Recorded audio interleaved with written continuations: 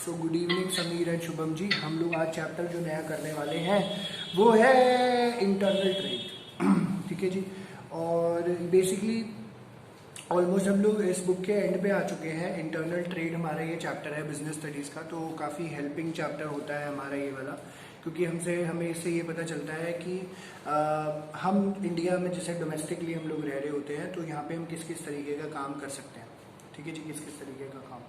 तो इसमें internal trade जैसे ये बताता है, सबसे पहले जो बेसिक लेवल पे इन्होंने बोला, ट्रेड तो हमें पता है बाइंग एंड सेलिंग और exchange of goods and goods basically यहाँ पे किया जाता है, फिजिकल पॉइंट ऑफ व्यू से ये देखा जाता है। और इसमें दो तरीके का ट्रेड होता है हमारा, होलसेल ट्रेड और रिटेल ट्रेड।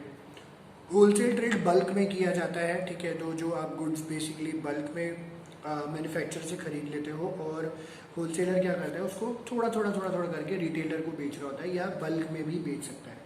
और दूसरा जो ट्रेड होता है वो रिटेल ट्रेड होता है। रिटेल ट्रेड में क्या होता है, रिटेलर जो छोटे मोटे, ये आप देखते हो कि जो आसपास आपके दुकानदार हैं, अब बेसिकली डिपार्टमेंटल स्टोर्स का भी, बड़े बड़े मॉल्स का भी कॉन्सेप्ट यहाँ पे शुरू हो गया है। ठीक है, तो वो जो है बल्क में सामान नहीं खरीदते, जैसे क्या करते हैं थोड़ा खरीदेंगे और थोड़ा कंज्यूमर को बेचा जाता है। ठीक है, इस तरीके से करते हैं।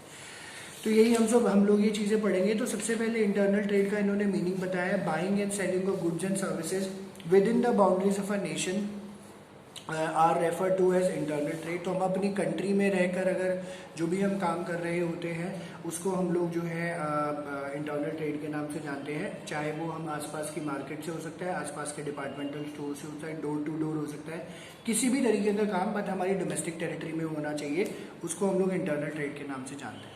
ठीक है, पहली चीज़। और इसमें आप देखते हैं इसके अंदर जब अपनी कंट्री के अंदर जो भी नॉर्मल टैक्सेस होते हैं वो सब चीज़ें लगती हैं। ठीक है, प्रोडक्शन बाउंड्री के बाद जैसे प्रोड्यूस होके आता है, मार्केट में बिक रहा होता है, तो आप उस पर टैक्सेस लगाते हो। ठीक है, और पेमेंट जो है हमारी करेंसी में आजकल एक्सेप्ट जो है हमारी कंट्री में है, तो हमारी करेंसी में ही एक्सेप्ट ये किया जाता है। तो दो तरीके के इंटरनल ट्रेड है यहाँ पे इन्होंने बताया है, होलसेल ट्रेड और रिटेल ट्रेड। होलसेल ट्रेड में आप क्या करते हो, सबसे पहले purchase of sale and sale of goods and services in large quantities for the purpose of resale और intermediate use is refer to as wholesale trade. तो या तो आप कंप्लीटली पूरा गुड्स किसी को बेच देते हो, या रॉ मटेरियल बेच देते हो, उसका फर्दर प्रोसेसिंग हम लोग कर सकते हैं। तो ये रिटेलर्स या अदर मर्चेंट्स को या इंडस्ट्रियल, इंस्टीट्यूशनल, कमर्शियल यूजर्स को बेचा जाता है, जो कि आगे जाके कंज्यूमर्स को फिर बेच रहे होते हैं। ठीक है, इस तरीके से किया जाता है। इंपॉर्टेंटली साथ साथ इन्होंने यहाँ पे बता दिया कि होलसेलर जो है बहुत इंपॉर्टेंट लिंक प्ले करता है मैन्युफैक्चरर और रिटेलर्स के बीच में। तो कहते हैं इसकी वजह से क्या होता है, मैन्युफैक्चरर और रिटेलर का बेसिकली क्या होता है, मैन्युफैक्चरर गुड्स प्रोड्यूस करके रख देगा और रिटेलर तक पहुंचाने का काम होलसेलर करता है, बिकॉज मैन्युफैक्चरर सारे काम नहीं करेगा। हाँ, ये चेन है manufacturer to wholesaler to retailer to consumer, ये सारी चेन है हमारी, इस तरीके से करता है। और मैन्युफैक्चरर एक जगह बैठा होता है, बट कंज्यूमर हर जगह बैठा होता है, तो कंज्यूमर को हर जगह प्रोडक्ट पहुंचाने के लिए आपको थोड़ा करके होलसेलर्स का रोल यहाँ पे हो जाता है। वैरायटी ऑफ जो है काम वो करता है, distribution of goods and services. Wholesaler जो है मैन्युफैक्चरर से सारे गुड्स खरीद लेता है, ओनरशिप उसकी आ जाती है। तो ये होता है कि ऑब्वियसली मैन्युफैक्चरर जो भी होते हैं, बड़ी बड़ी कंपनी जितनी भी है, वो सारा पैसा एडवांस ले लेते हैं, एंड उसके बेसिस पे होलसेलर थोड़ा सा रिस्क भी बेयर करता है और गुड्स भी बेचता है अपने नाम से। बल्क में खरीदता है, टुकड़ों में बेचता है, बहुत सारी एक्टिविटीज़ करता है, पैकिंग करता है, क्योंकि देखो वैसा ना कंटेनर का कंटेनर या पैकेट का पैकेट कोई नहीं लेता, तो टुकड़ों में थोड़ा करके मार्केट इन्फॉर्मेशन कलेक्ट करता है, प्रमोशन करता है, ट्रांसपोर्टेशन करता है, ठीक है, स्टोरेज करता है, ये सब चीज़ें कर रहा होता है। एंड ये जो है रिटेलर्स को जो है लार्ज स्टॉक मेंटेन करने के लिए के साथ साथ थोड़ी सी क्रेडिट फैसिलिटीज़ भी दे देता है। ठीक है, थोड़ा बहुत डिपेंड करता है कि कौन सा रिटेलर है, तो उसके अकॉर्डिंगली जो है वो चीज़ करी जाती है।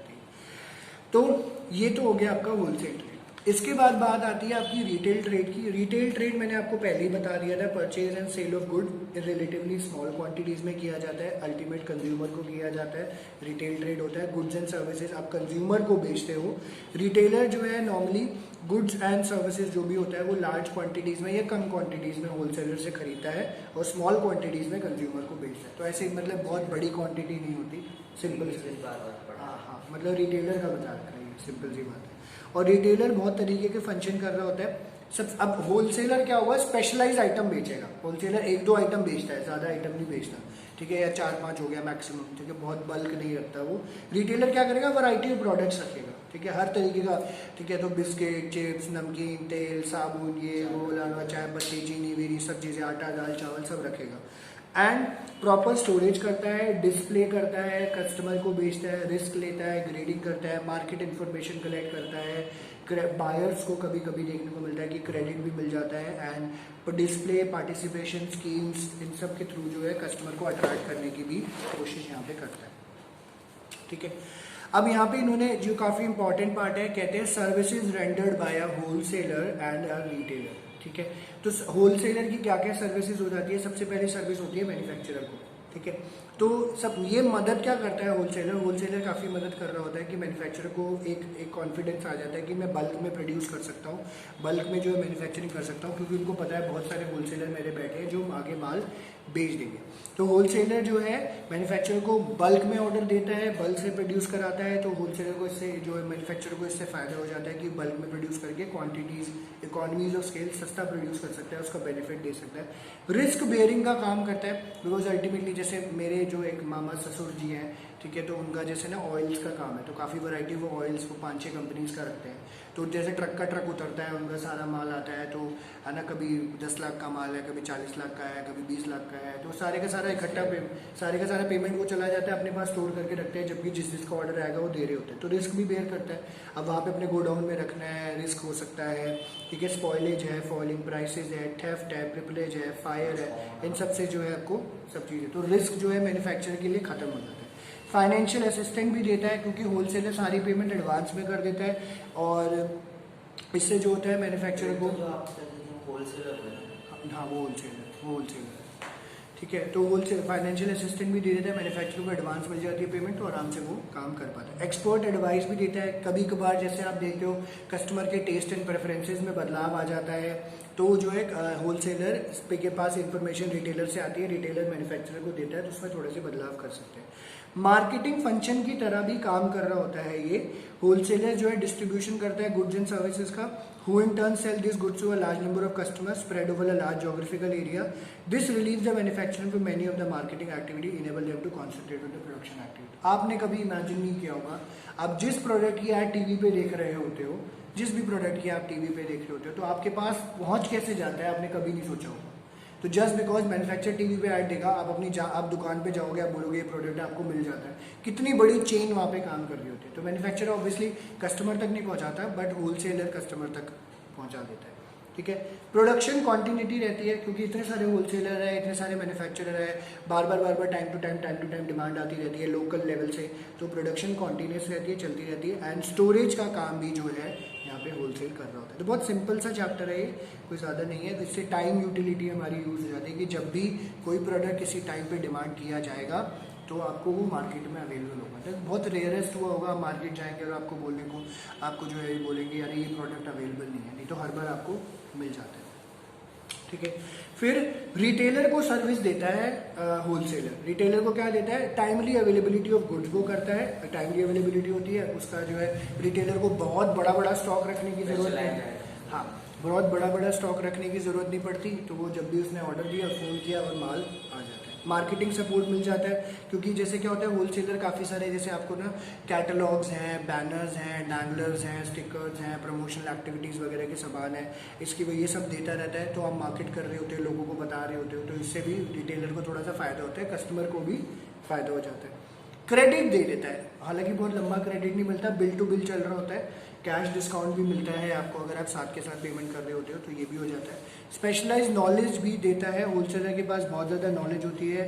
रिटेलर को नए प्रोडक्ट्स, उनके यूजेस, क्वालिटी, प्राइसेस के बारे में बता जाता है, और ये साथ के साथ ये भी बताता है कि कहाँ पे रखना है, किधर रखना है। सारे लोग चाहते हैं हमारा प्रोडक्ट सामने पड़ा रहे थे, लोग जो है उसको डिमांड करें, सब लोग चाहते हैं, पर इतना कभी कभी रिटेल स्पेस नहीं हो पाता। आप देखो कि बड़े बड़े जो डिपार्टमेंटल्स और जनरल स्टोर्स हैं, है ना, जैसे उशान है, मोर मेगा स्टोर है, ये सब है, बिग बाजार है, इसमें आप फिर भी एक बार डिस्प्ले कर सकते हो, ठीक है। रिस्क शेयरिंग का काम भी ये कर रहा होता है होलसेलर, क्योंकि बल्क में खरीदता है और क्वांटिटीज जो है छोटी छोटी रिटेलर्स को बेच रहा होता है, तो इससे जो है ऑब्वियसली रिस्क का काम भी जो है होलसेलर का बहुत ज़्यादा बढ़ जाता है, क्योंकि उसको बहुत भर के रखना पड़ता है अपने पास। हाँ हाँ, और ये भी हो सकता है कि किसी तरीके की दिक्कत हो सकती है, प्राइस फ्लक्चुएशन है, डिमांड भी नहीं आ सकती है, तो इनसे थोड़ा सा जूझना इन लोगों को पड़ जाता है। ठीक है जी, ये उन्होंने बताया। तो ये सारा होलसेलर के सर्विसेज थे, सब जो है इंपॉर्टेंट पार्ट है। 4466 मार्क्स का क्वेश्चन है। होलसेलर का पार्ट मैन्युफैक्चरर को, मैन्युफैक्चरर का और सर्विसेज टू रिटेलर्स, ये सब पूछे चला जाता है। और इसके बाद इन्होंने सर्विस ऑफ रिटेलर्स के बारे में बात करी। तो रिटेलर की भी सर्विस होती है। अब रिटेलर की सर्विस देखो किसको होगी, पहले तो कंज्यूमर को होगी और दूसरी मैन्युफैक्चरर या होलसेलर को होगी। इमीडिएटली तो होलसेलर को ही होगी। ठीक है, तो रिटेलर का क्या है, सबसे पहले इन्होंने मैन्युफैक्चरर होलसेलर का बताया। डिस्ट्रीब्यूशन ऑफ गुड्स के लिए हेल्प कर रहा होता है। आप देखोगे, आप कोई भी दुकान जाओ, ब्रांडेड प्रोडक्ट्स आपको मिल रहे होते हैं, बट आजकल देखते हो आपको ना काफ़ी ज़्यादा रिटेलर्स कोई आइटम के लिए पुश कर रहे थे, अरे ये वाला आटा ले जाओ, है ना, ये वाली दाल ले जाओ, ये वाला बिस्किट खा के देखो, ये वाले चिप्स खाओ, ये वाली तेल लेके देखो। तो वो थोड़ा सा मैन्युफैक्चरर को भी सपोर्ट मिलता है, होलसेलर को भी सपोर्ट, क्योंकि बहुत सारे प्रोडक्ट्स हैं, बहुत सारी कंपनीज आगे काम कर रही होती है एंड इससे प्लेस यूटिलिटी होती है। डिस्ट्रीब्यूशन ऑफ गुड्स हमें हेल्प करने को मिलता है। वाइड रेंज जो है आपको अलग अलग जगह रिटेलर पहुंच जाते हैं और वहाँ पे आपकी प्रोडक्ट की अवेलेबिलिटी करा देते हैं। पर्सनल सेलिंग भी करता है, जो कि मैंने अभी जस्ट आपको बताया। पर्सनल सेलिंग का एग्जांपल हो जाता है कि कुछ प्रोडक्ट अपने पार्ट से भी बेचता है कि चलो भाई खरीद ले, है ना, थोड़ा सा उनका भी मार्जिन होता है। और प्रोडक्ट का, क्योंकि प्रोडक्ट मार्केट में जब तक बिकेगा नहीं तब तक पता नहीं चलेगा। फिर लार्ज स्केल ऑपरेशन रिटेलर की वजह से ही पॉसिबल है, क्योंकि अब देखो सिंपल सी बात है, अगर हम लोग मैगी की बात करें, है ना, टॉप रेमन है, मैगी है, मैक्रोनीज है और बिस्किट्स हैं, या और भी जो भी आप लोग आइटम्स खाते हो, चिप्स वगैरह खा रहे होते हो, तो ये कैसे, अब जैसे इतनी सारे लोगों की डिमांड आती है, इतने सारे लोग होते हैं, उससे रिटेलर डिमांड कर रहा है, रिटेलर से होलसेलर पे जाएगी, होलसेलर से मैन्युफैक्चरर पे जाएगी, तो लार्ज स्केल प्रोडक्शन ऑटोमेटिकली हो जाती है। सबसे इंपॉर्टेंट सोर्स जो है वो है मार्केट इन्फॉर्मेशन कलेक्ट करना।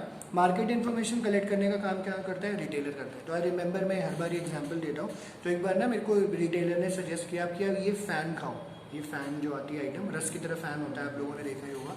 तो मैंने खाया उसको, जैसे खाया तो उसका ऑयल थोड़ा सा अच्छा नहीं था, मुँह में ना वैक्सिंग तरीके से काम कर रहा था, कि जैसे ना वैक्स जम जाता है, तेल की खराबी की वजह से होता है। तो मैंने उसको सजेस्ट किया कि भाई, मैंने उसको बोला यार आइटम जो है ये तो बड़ा बेकार था। तो कह रहा आप एक काम करो, ले आओ, क्योंकि एक ही दिन का हुआ था। तो ले आया, मैंने उसको वापस कर दिया खुला हुआ पैकेट, 2-3 फैन मैंने खाए थे, तो उसने वापस किया और उसको उसने कंप्लेन करी, उसका प्रोडक्ट ही बंद कर दिया कि भैया नहीं खाना, क्योंकि उसको ना ऑलरेडी मेरे अलावा 3-4 लोगों से और कंप्लेंट आ गई थी कि भैया इसमें थोड़ा ठीक करो तब देना, वरना छोड़ दो। ठीक है, तो मार्केट इन्फॉर्मेशन अच्छे और बुरे का दोनों का कलेक्ट करके आपको दिया जाता है। प्रमोशन का भी काम करते हैं, time to time manufacturer distributors जो है प्रमोशनल एक्टिविटीज़ कर रहे होते हैं, आपकी सेल को बढ़ाने में एडवर्टाइज करते हैं, शॉर्ट टर्म इंसेंटिव देते हैं, फ्री कूपन है, फ्री गिफ्ट है, सेल्स है, सो ऑन, और ये सब चीज़ें कर रहे होते हैं ताकि जो है लोगों को पता चलता रहे। ये तो बात हो गई आपकी मैन्युफैक्चरर्स एंड होलसेलर्स की। इसके बाद इन्होंने यहाँ पे सर्विसेज ऑफ कंज्यूमर्स के बारे में भी बताया। तो कंज्यूमर को भी बहुत सारे सर्विसेज यहाँ पे देते हैं। Ultimately consumer is the king, customer is the king बुलाया जाता है। ठीक है, हाँ जी। तो कहते हैं रेगुलर अवेलेबिलिटी रहता है प्रोडक्ट्स का। आप जब भी जाओ, मैंने जैसे अभी आपको बताया, रिटेलर की दुकान पे जब भी जाते हो आराम से जो है प्रोडक्ट आपको मिल जाता है, मिल गया, ये मांगा वो मांगा, ऐसे मांगा, कभी कभी इधर उधर हो जाता है। नए प्रोडक्ट की इन्फॉर्मेशन आपको टाइम टू टाइम मिल रही होती है। डिस्प्ले है, डैंगलर्स है, बैनर्स हैं, स्टिकर्स हैं, प्रमोशनल आइटम्स के थ्रू वहाँ पे सामने रख देते हैं, स्पेशल फीचर्स है, ऑफर्स है, इसके थ्रू नए प्रोडक्ट्स की इन्फॉर्मेशन आपको टाइम टू टाइम मिल रही होती है।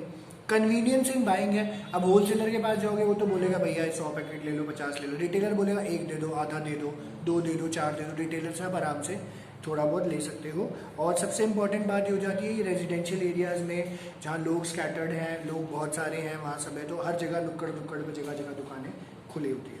वाइड सिलेक्शन है। अब क्योंकि रिटेलर सारी वैरायटी रखता है, होलसेलर की तरह नहीं होता कि कोई 2-3 आइटम्स रखते, रिटेलर सारी वैरायटी आपके सामने रखेगा, आप उसमें से कुछ भी चूज कर सकते हो। आफ्टर सेल सर्विस भी कई रिटेलर आपको दे रहे होते हैं, ये डिपेंड करता है, क्योंकि आजकल कंपनी ही ऑफर कर रही होती है। रिटेलर का कोई भी सामान है, कोई आफ्टर सेल सर्विस का रह नहीं जाता। एंड कभी कभी डिपेंड करता है आपका, जैसे आपकी इनकम लेवल और सब चीज़ें और रेपुटेशन कैसी है रिटेलर के साथ, तो आपको उधार भी दे देता है, क्रेडिट फैसिलिटीज़ भी ये आपको दे दिया करते हैं। ठीक है, तो ये सारी आपकी सर्विसेज हैं जो कि होलसेलर और रिटेलर यहाँ पे दे रहे हैं। ठीक है जी,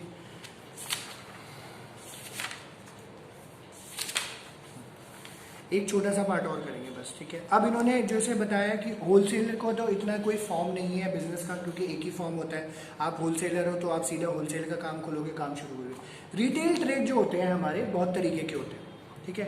तो जैसे इन्होंने बोला है रिटेल ट्रेड हमारे दो तरीके के होते हैं, एक तो होता है इटिनेरेंट रिटेलर्स और एक होते हैं fix shop retailer. Fix shop retailer क्या है, उनकी दुकान जमी जमाई होगी, वहीं पे बैठ के हमेशा वहीं पे इकट्ठे, जैसे दुकान है वहीं पे जाके काम करें। फिक्स इटिनेरेंट वाले क्या होते हैं, घूम घूम के काम करते हैं। इटिनेरेंट वाले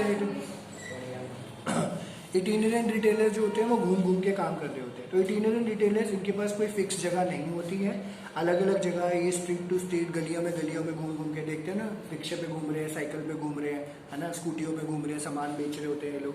कैरेक्टरिस्टिक्स क्या है इनके, बहुत छोटे ट्रेडर होते हैं, बहुत कम पैसे लगा के काम करते हैं। डेली के प्रोडक्ट्स आप देखते हो, कभी टिश्यू बेच रहे हैं, वाइपर बेच रहे हैं, झाड़ू बेच रहे हैं, गमले बेच रहे हैं, पौधे बेच रहे हैं, आलू बेच रहे हैं, टमाटर बेच रहे हैं, आलू ले लो, कांदा ले लो, प्याज ले लो, है ना, ये सब बेच रहे होते हैं। और इनका एम्फेसिस होता है कस्टमर सर्विस देना। जैसे हम जहाँ रहते हैं फ्लैट सिस्टम है, तो कोई लोग ना जो ऊपर रह रहे होते हैं थर्ड फ्लोर पे, जैसे स्पेशली हमारी मैडम पीछे खड़ी हैं, वो बहुत करती है, नीचे आवाज मेरे भैया 2 किलो टमाटर दे दो, वो भैया ऊपर तक देने के लिए आ जाते हैं, क्योंकि भैया को सर्विस देनी है, भाई साहब कस्टमर बनाना है। हाँ, भैया ऐसे करके, तो भैया बहुत सारे सामान आपको ऊपर दे जाता है। और इनका कोई फिक्स्ड एस्टैब्लिशमेंट नहीं होता। कभी आपने देखी है कोई सब्जी वाले की दुकान है ना, शुभम सब्जी वाला, है ना, समीर सब्जी वाला, अतुल सर सब्जी वाला, ठीक है, लोटस सर्कल सब्जी वाला, ऐसी कोई दुकान मतलब रियलिस्ट होती है ऐसा कुछ नहीं होता, ठीक है। तो ये घूम घूम के काम कर रहे होते हैं। These retailers have to keep their limited inventory of merchandising either at home और सम अदर प्लेस। तो रेडी रिक्शे पे बेच बाच के अपना काम खत्म कर रहे थे। तो अब टाइप भी होते हैं इटिनेरेंट रिटेलर्स के। तो इसमें पेडलर हॉकर है, मार्केट ट्रेडर्स हैं, स्ट्रीट ट्रेडर्स हैं एंड चीप जैक्स, ये 4 ट्रेडर्स होते हैं, पेडलर और हॉकर। पेडलर वाले पैडल मार के काम करने वाले, ऐसे याद रखना, पैडल मार के। पैडल कौन मारता है, रिक्शे वाले, ठेले वाले, ये सारे पैडल मार मार के काम कर रहे होते हैं, ठीक है, इनको पेडलर बुलाया जाता है, ठीक है। मतलब क्या काम कर रहे हैं, पैडल मार के जो काम कर रहे होते हैं, वो सारा सामान पैडल मार मार के बेचते हैं, साइकिल पे, रिक्शे पे, इसलिए मैंने याद करने के लिए बोला ना वैसे, ठीक है जी। तो पेडलर और हॉकर जो है ओल्डेस्ट फॉर्म ऑफ रिटेलर है मार्केट प्लेस में, इसकी यूटिलिटी आज भी खत्म नहीं हुई है। स्मॉल प्रोड्यूसर ट्रेडर्स होते हैं जो कि साइकिल, रिक्शे, हैंड कार्ट पे काम कर रहे होते हैं और घर घर जाके सामान बेच रहे होते हैं। क्या क्या बेचते हैं, है ना, ये लोग बेच रहे होते हैं, टॉयज बेच रहे होते हैं ये लोग, vegetables, fruits, fabrics, carpet, snacks, ice cream, pedal मार मार के बेचते हैं, तो आपने देखा ही होगा, ठीक है। फिर ये residential areas, exhibition, meals, outside school, during lunch break, इन जगह देखने को मिलता है। इनका मेन एडवांटेज होता है कि कस्टमर को बहुत ज़्यादा सर्विस मिल जाती है, कन्वीनियंट मिल जाता है, और one should be careful in dealing with them as the products they deal are not always in reliable in terms of quality and service. तो अच्छी क्वालिटी के नहीं होते, कई लोग एक्चुअली में बेचते हैं, कई लोग नहीं बेचते। मार्केट ट्रेडर्स होते हैं, ये जो है स्मॉल रिटेलर होते हैं, वो open their shops at different places of fix date और डे, सच एज जैसे ये थर्सडे मार्केट लगता है, शुक्र बाजार, मंडे बाजार, सोम बाजार, मंगल बाजार, वीर बाजार, बुध बाजार, इन सब में बैठ रहे होते हैं और ये पर्टिकुलर लाइन ऑफ मर्चेंडाइज ही बेच रहे हैं, ठीक है। तो ये जैसे कई लोग इयरिंग्स बेच रहे हैं, है ना, कई लोग सब्जियां बेच रहे हैं, कई लोग कपड़े बेच रहे हैं, कई लोग कच्छे बेच रहे हैं, हाँ, कई लोग टॉयज बेच रहे हैं, कई लोग चप्पल बेच रहे हैं, कई लोग क्रॉकरी बेच रहे हैं, इस तरीके से सामान ये लोग बेच रहे होते हैं। एंड ये ज़्यादातर लोअर इनकम ग्रुप्स को कैटर करते हैं, जैसे जो लेबर क्लास है, या जैसे हम लोग भी जाते हैं, बट वही सब्जी लेने या घर की कोई आइटम लेने, है ना, क्रॉकरी वोकरी चली गई है या वाइपर वूपर लेने चले जाते हैं, इससे जैसे आज थर्सडे मार्केट लगी हुई है नीचे थोड़ी बहुत। फिर होते हैं तीसरे लोग, वो है स्ट्रीट ट्रेडर्स, पेवमेंट ट्रेडर्स भी बोला जाता है। स्ट्रीट ट्रेडर्स स्मॉल रिटेलर होते हैं जो कि वो are commonly found at places where huge floating population gather, for example near railway station, bus stand, consumer item of common use, stationery item, eatables, readymade garment, newspaper and magazine. ये ना सड़कों पे बैठे होंगे, जैसे अब रेलवे स्टेशन वगैरह की तरफ जाओगे गांव का, हाँ, वहाँ पे फिक्स्ड होंगे, वहीं पे बैठे रहेंगे, कि छोटी सी वो होगी दुकान होगी या ठेले पे बैठे होंगे इस तरीके से, हाँ। और कंफर्म होती है, इनकी जगह थोड़ी सी कंफर्म होती है, पर ये इलीगली होता है, कोई इनको परमिशन तो नहीं होती। और ये भी स्टेशनरी आइटम, कपड़े, ज्वेलरी, ताला चाबी आप देख रहे हो तो स्टेशन के पास जाते हो ये सब मिल जाता है, और खाने पीने का भी मिल रहा होता है सामान। एंड ये डिफरेंट मार्केट ट्रेडर्स होते हैं, बिकॉज ये लोग जो है अपना बिजनेस एक जगह से दूसरी जगह चेंज करके नहीं जाते, चेंज नहीं करते लोकेशन, ठीक है। और लास्ट में इन्होंने बताया चीप जैक्स। चीप जैक्स जो होते हैं ये पेटी रिटेलर्स होते हैं, बहुत छोटे लेवल के, इंडिपेंडेंट शॉप होती है, टेम्पररी नेचर, एक जगह से दूसरी जगह ये लोकेशन चेंज करते रहते हैं depending upon the potentiality of the area. जैसे आज मुझे लग रहा है, जैसे आपने देखा होगा कई बार ना, गोलगप्पे वाले है ना, कुछ सामान बेचने वाले। आज मुझे लग रहा है हरिनगर घंटाघर बेचना है, एक हफ्ते यहाँ काम किया, 10 दिन जाकर जनकपुरी खड़े हो गए, कहीं जाकर भी द्वारका खड़े हो गए, ऐसे ऐसे चेंज करते रहे। और however the change of place, इनका चेंज ऑफ प्लेस फ्रीक्वेंट नहीं होता। जैसे क्या होता है 18 पेडलर और हॉकर मार्केट ट्रेडर का बड़ा फ्रीक्वेंट होता है, इनका नहीं होता। ये भी कंज्यूमर आइटम में रिपेयर जो है कंज्यूमर आइटम में ही डील कर देते हैं। जैसे घड़ियाँ ठीक करनी है, जूते ठीक करने हैं, बाल्टियाँ ठीक करनी है, इस तरीके से, ठीक है। और दूसरी जो बात आती है वो फिक्स शॉप रिटेलर है, ये हम डिटेल में बाद में पढ़ेंगे, बस इसके कैरेक्टरिस्टिक्स बता देता हूँ। फिक्स शॉप रिटेलर जो होते हैं इनकी परमानेंट दुकान होती है, ठीक है, वहीं पे ये बैठे होते हैं और वहीं से बैठ के ये सारे कस्टमर्स को सर्व कर रहे होते हैं। इंटीरियर रिटेलर से अगर कंपेयर किया जाए, इनकी दुकान होती है, इनके पास पैसा ज़्यादा होता है और अब अलग अलग वैरायटीज़ ये लोग रख सकते हैं। इनके कंज्यूमर जो आइटम्स होती है थोड़ी सी ड्यूरेबल नॉन ड्यूरेबल दोनों कैटेगरी रखते हैं।